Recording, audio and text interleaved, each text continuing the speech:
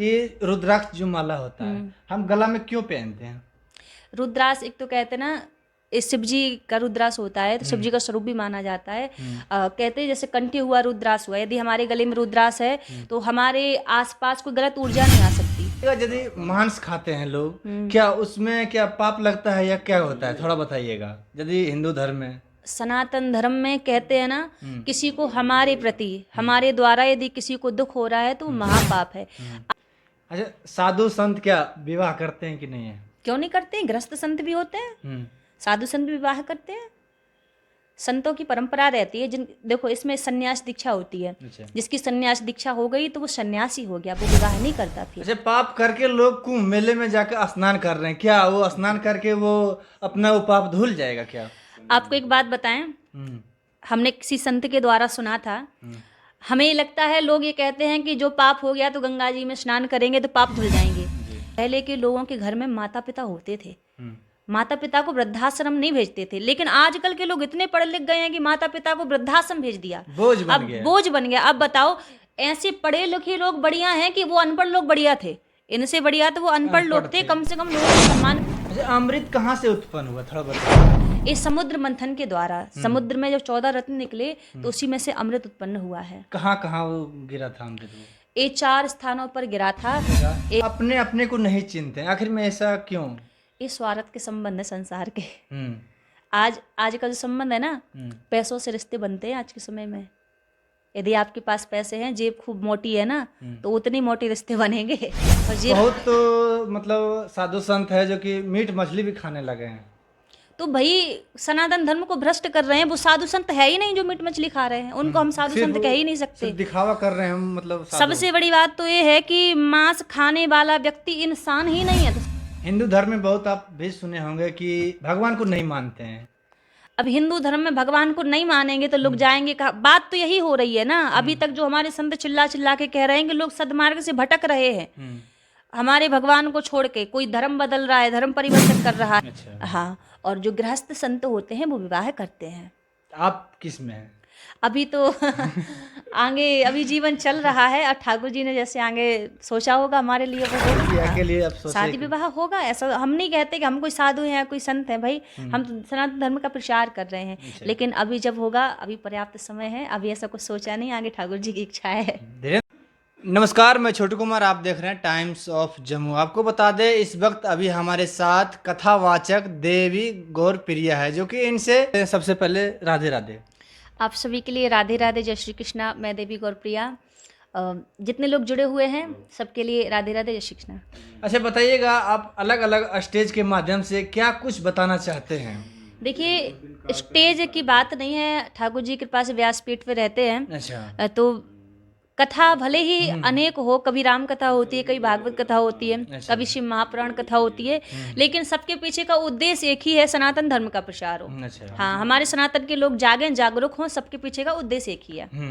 अच्छा, बताइएगा यदि मांस खाते हैं लोग, क्या उसमें क्या पाप लगता है या क्या होता है, थोड़ा बताइएगा। यदि हिंदू धर्म में, सनातन धर्म में कहते हैं ना, किसी को हमारे प्रति हमारे द्वारा यदि किसी को दुख हो रहा है तो महापाप है। आज एक बात बताइए, कोई व्यक्ति यदि मर जाता है ना, तो उसको शमशान लेके सब लोग जाते हैं, तो वहां से आके लोग क्या करते हैं? स्नान करते हैं। क्यों? मृतदेह के साथ में गए थे, शमशान गए हुए थे। लेकिन आज का मांस खाने वाला इंसान 24 घंटे अपने पेट को शमशान बना के डोल रहा है। इससे बड़ा कोई महापाप हो सकता है संसार में? दूसरे जीवों को मार के तुम अपना पेट भर रहे हो, इससे बड़ा कोई दूसरा महापाप नहीं हो सकता। हमें सनातन धर्म में जन्म मिला है और सबको जीने का अधिकार है। जितना अधिकार हमें है उतना जीव जंतुओं को भी जीने का अधिकार है। नहीं खाना चाहिए, नहीं खाना चाहिए, बहुत गलत है। अच्छा, पाप करके लोग कुंभ मेले में जाकर स्नान कर रहे हैं, क्या वो स्नान करके वो अपना वो पाप धुल जाएगा क्या? आपको एक बात बताएं, हमने किसी संत के द्वारा सुना था। हमें ये लगता है लोग ये कहते हैं कि जो पाप हो गया तो गंगा जी में स्नान करेंगे तो पाप धुल जाएंगे। लेकिन शायद बहुत सारे लोग भ्रम में जी रहे हैं। गंगा जी जानते हैं कौन से पापों को धोती है? गंगा मैया हमारे उन पापों को धोती है जो हमसे अनजाने में हुए हों। मान लो कोई गलती हमसे हो गई, कोई पाप हो गया, हमें पता नहीं था, तो उस पाप को तो गंगा मैया धो देगी क्योंकि गलती से हुआ है। लेकिन जानकर समझकर जो अपराध, जो पाप किए जाएं, उसको गंगा मैया नहीं धोती है। अच्छा, एक चीज बताइएगा, जो बूढ़े माँ हो गया, मतलब मतलब उसके पापा हो गया है, आजकल वो देखते नहीं है, वृद्धाश्रम भेज देते हैं। आखिर में ऐसा क्यों करते हैं लोग? ये बहुत गलत है, क्योंकि माता पिता हमारे घर में है तो हमें उनकी सेवा करनी चाहिए। जी। आजकल लोग, कोई कुंभ जा रहा है, कोई चार धाम की यात्रा कर रहा है, यदि आपके घर में बैठे माता पिता दुखी हैं तो ना ही आपको कुंभ का फल मिलेगा, ना ही चार धाम की यात्रा का फल मिलेगा, क्योंकि सबसे पहले आपके जो भगवान हैं वो घर में बैठे माता पिता हैं। और हमारे भारतवर्ष में तो भैया वृद्धाश्रम होना ही नहीं चाहिए। पहले के लोग कहते थे ना कि पहले के लोग गंवार होते थे, पढ़े लिखे नहीं होते थे, लेकिन पहले के लोगों के घर में माता पिता होते थे, माता पिता को वृद्धाश्रम नहीं भेजते थे। लेकिन आजकल के लोग इतने पढ़े लिख गए हैं कि माता पिता को वृद्धाश्रम भेज दिया, बोझ बन गया। अब बताओ, ऐसे पढ़े लिखे लोग बढ़िया हैं कि वो अनपढ़ लोग बढ़िया थे? इनसे बढ़िया तो वो अनपढ़ लोग थे, कम से कम लोगों का सम्मान करना तो उनको आता था। जी। है वैसे हर साल 12 वर्ष में कुंभ आता है, लेकिन इस बार जो कुंभ लगा है 144 वर्ष बाद ये कुंभ आया है। तो हमारे सनातन में लोगों की आस्था है, धर्म के प्रति आस्था है, प्रेम श्रद्धा भाव है। अब वो वहाँ पर गए थे, अब जो गए थे उसके लिए तो कुछ कर नहीं सकते। अब ठाकुर जी से इतनी तो प्रार्थना करेंगे कि जिनकी मृत्यु वहाँ पे हुई है, अब इतना तो संभव है, क्योंकि जिस समय प्रयागराज में उनकी मृत्यु हुई है वहाँ पे सारे तीर्थ धाम निवास कर रहे थे। दुनिया में जितने भी तीर्थ धाम है वो प्रयाग की भूमि में थे। इतना तो संभव है कि उनकी मुक्ति तो, प्राण भले ही छूटे पर उसी क्षण उनकी मुक्ति संभव थी, क्योंकि धाम में उनकी मृत्यु हुई है, गंगा जी के किनारे उनकी मृत्यु हुई है। तो लोगों को लग रहा है कि वो मर गए, अब ये तो है ही जो है, पर हालांकि उनको मोक्ष मिला हो, ये संभव बात है।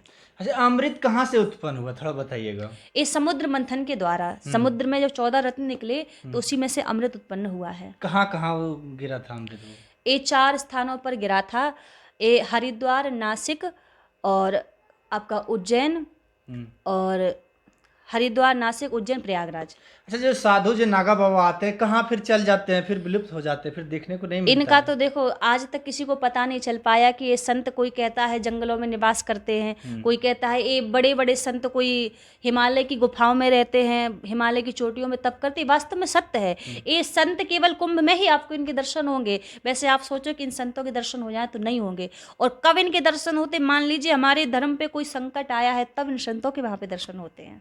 तो बहुत तो ऐसे बाबा हैं कि वहाँ ढोगी बनकर पैसा कमा रहे हैं, क्या इस अब तरह करना संसार चाहिए? में देखो, एक कहते हैं ना, एक अच्छा भी है तो एक बुरा भी है। जी। अब कोई धर्म कमाने के लिए जा रहा है तो ऐसा तो है नहीं वहाँ पे करोड़ों लोग आ रहे हैं तो सब धर्म के लिए जा रहे हैं, कोई वहाँ पाप भी कर रहा है, सब तरह के लोग हैं। तो अब भाई वेशभूषा बना के डोल रहे हैं। अब वेशभूषा बना रखी तो हमारा सनातन धर्म कहता है कि हमारे यहाँ तो भेष का भी सम्मान है। यदि किसी ने झूठा भी भेष बना लिया तो भेष का भी लोग सम्मान करते हैं, हालांकि अच्छा, आप कब से कथा करने लगे थे, थोड़ा बताइएगा अपना। काफी समय हो गया है, हम 11 वर्ष के थे तब अच्छा, से हम कैसे कथा सोच कर के रहे इसीलिए हैं। कि हम इस लाइन में जाएंगे, कथा करेंगे, लोगों को तक मतलब अच्छा, मतलब भावना देना है, अच्छा देखिए संदेश ये पहुंचाना सोच है। की बात नहीं है, कहते हैं ना ये पहले से लिख के आता है कि हमें जीवन में क्या करना है। कहते हैं भाग्य पहले से ही व्यक्ति का बनता है।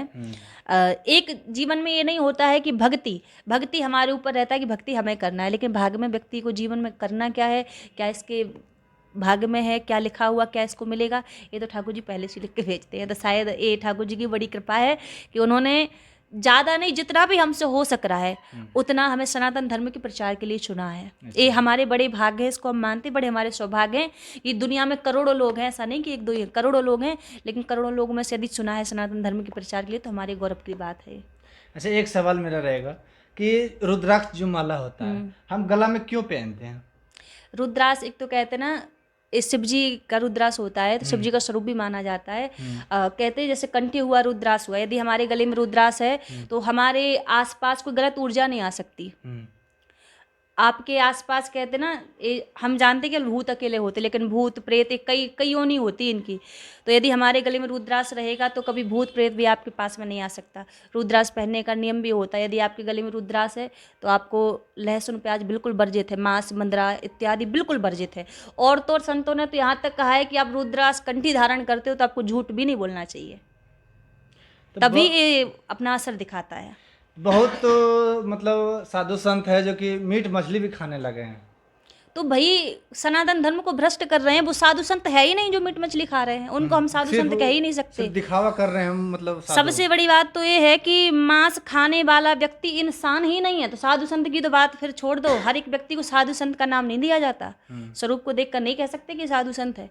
साधु संत स्वरूप से नहीं होता, आचरण से होता है।